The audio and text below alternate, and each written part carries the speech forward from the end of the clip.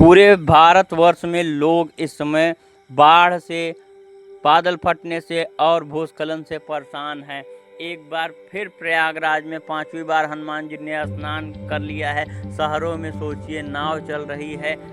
अब इससे बड़ा दुर्भाग्य क्या होगा। जो तस्वीरें हमारे आपके सामने आ रही है वो जहन में शायद ही अब कभी जाएंगी। सोचिए उन लोगों से जिनकी ज़िंदगी या जिनका परिवार इस आपदा में, चाहे पहाड़ों में हिमाचल प्रदेश हो, चाहे उत्तराखंड हो, चाहे जम्मू कश्मीर, पूरे कश्मीर बेल्ट में जो बादल फटा था, भूस्खलन हुआ था, या बिहार, उत्तर प्रदेश, पंजाब, हरियाणा, अन्य सभी राज्य, राजस्थान, इन सभी जगहों पर चाहे जल बाढ़ के रूप में जल प्रलय आ रही हो, इससे कितनी जिंदगी, कितने मवेशी, कितने जानवर, पूरा इकोसिस्टम धीरे धीरे किस प्रकार से डिस्ट्रॉय हो रहा है, ये हम अपनी आंखों से देख रहे हैं। जो इंसान अपने आप को सर्वशक्तिमान समझ रहा था वह प्रकृति के सामने नगण्य है। क्योंकि अगर हम बात करें पहाड़ों की तो पहाड़ में हिमालय पर्वत सबसे युवा हिमालय पर्वत है। यह अब भी बढ़ रहा है क्योंकि टेक्टोनिक प्लेट जब शिफ्ट हो रही थी तो एशिया में जो जुड़ाव हुआ था उससे यह पर्वत बना था। अगर बात करें अरावली या विंध्य पर्वत श्रेणी की तो यह बहुत पुराने हैं, मगर हिमालय जो है वह अभी युवा है। इसमें आने वाले समय में बदलाव और होंगे, इसकी लंबाई और बढ़ेगी, बहुत सारे बदलाव होंगे। मगर हिमालय पर जिस प्रकार से छेड़खानी हो रही है, जिस प्रकार से होम स्टे बन रहे हैं उन स्थानों पर जहां पर नहीं बनने चाहिए, जिस प्रकार से नवनिर्माण हो रहा है, हमने जोशीमठ से कुछ शायद सीखा ही नहीं। पहाड़ जो हमें बताना चाह रहा है बार बार, चाहे हर साल कि अब बस करिए, मगर इंसान बस करने के लिए तैयार नहीं है। इसी के कारण यह जो विजुअल आपके सामने आ रहे हैं, यह देखने को मिल रहे हैं। पेड़ का कटना भी एक प्रमुख समस्या है, मगर पहाड़ों में भूस्खलन और बादल फटना यह प्राकृतिक और मानवीय जनित संकट है। इसे सुप्रीम कोर्ट ने भी अपने एक वर्डिक्ट में कहा है, जिसमें अत्यधिक वर्षा और बहुत सारी अन्य घटनाएं मिलकर इसको बनाती हैं। बादल फटना तब होता है जब वायुमंडल में बड़ी मात्रा में नमी एवं एक साथ अचानक नीचे गिरती है, जो अक्सर पहाड़ों की वजह से और बढ़ जाती है, क्योंकि पहाड़ में बादल पास पास होते हैं। यह जितने भी धराली, थराली, कुल्लू, मनाली, पिथौरागढ़, धारचूला, चंबा, इन सभी में हमने जो देखा, धारी देवी का मंदिर किस प्रकार से, और प्रयागराज की बाढ़ 5वीं बार, जवनिया गांव समाप्त हो गया, हिमाचल प्रदेश में 6 जगह बादल फटे।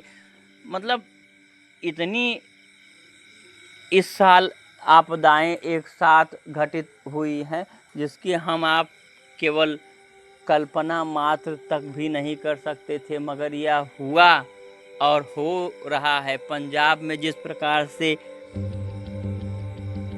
लोगों का हाल बेहाल है, यह अपने आप में हमें आपको पुनः, अगर हम मानव हैं तो अगर सीखना हमारा नैसर्गिक कर्तव्य और गुण है तो हमें तुरंत इस पर एक बार फिर से युद्ध स्तर पर जुट जाना होगा। पेड़ों को लगाना होगा, जलवायु परिवर्तन को कम करना होगा, साथ ही साथ पहाड़ की भौगोलिक स्थिति से छेड़छाड़ नहीं करना होगा, जलवायु परिवर्तन को कम से कम सीमित करना होगा, तापमान को अनिश्चित होने से बचाना होगा, भूस्खलन और बादल फटने के नुकसान को कम करना होगा। चाहे जितने भी कार्य चल रहे हैं उन कार्यों में फिर से एक बार अब वक्त आ गया है कि हम सोचें कि क्या यह कार्य पहाड़ों को नुकसान तो नहीं दे रहे हैं। पेड़ों को इतना लगा दीजिए कि एक बार फिर से भारत हरा भरा बन जाए। यह देख सकते हैं आपके सामने जो विजुअल आ रहे हैं, उत्तराखंड हिमाचल प्रदेश में किस प्रकार से पेड़ों का कटाव हुआ है और किस प्रकार से हाइड्रो पावर प्रोजेक्ट के रूप में, बिजली लाइन के रूप में, खनन के लिए कब जंगल काटे गए, क्या हुआ, यह आपने देखा।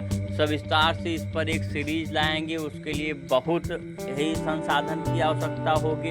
इसके लिए अगर आप सहयोग करेंगे तो जैसे प्रयागराज या अन्य जितने भी हमारे प्रोजेक्ट थे उसमें उत्तराखंड और हिमाचल प्रदेश का भी एक प्रोजेक्ट है, आपके सहयोग से हो सकता है वह भी आगे बढ़े। धराली की घटना ने जिस प्रकार से पूरा मार्केट ही डिस्ट्रॉय कर दिया वह हमारे सामने है। प्रयागराज की बाढ़ क्या कह सकते हैं, 5वीं बार 50 दिन में हनुमान जी ने स्नान किया। थराली कौन भूल सकता है, शहर शहर बस शहर का नाम बदल रहा है, बाढ़ वही अपना मंजर दिखा रही है, कोई चाह कर भी नहीं रोक पा रहा है। जो रास्ते में आ रहा है वह मलबे के साथ में या तो दब जा रहा है या वह मलबे के रूप में तब्दील हो जा रहा है। क्या से क्या हो रहा है, हमें सोचना होगा, एक बार पुनः विश्लेषण करना होगा। आम इंसान को सचेत रहना होगा, आम इंसान को भी सोचना होगा कि हम नदियों से, नालों से, पहाड़ों से, प्रकृति से, पेड़ों के साथ में छेड़खानी न करें, ज़्यादा से ज़्यादा प्रकृति प्रेमी बने। मगर दुर्भाग्य की बात है कि मेरे इतना कहने के बाद से 2 महीने से ये सीरीज ला रहा हूँ, इसके बाद से कोई फर्क नहीं पड़ा। बहुत कम लोग देखते हैं, शायद उन्हें इन सब से मतलब ही नहीं है, शायद वो आदी हो चुके हैं इस बात को लेकर। भाग इसका दूसरा कल आएगा। लाइक शेयर सब्सक्राइब करिए अगर सहयोग करेंगे तो। आज के बाद से एक ब्लॉग रोज़ आना है और आएगा विद प्रूफ रिसर्च। जय हिंद, जय Bharat, all the best, God bless you. मुझे उम्मीद ही नहीं, पूरा भरोसा है कि आने वाले दिनों में सकारात्मक परिवर्तन आएंगे आप सबकी बदौलत।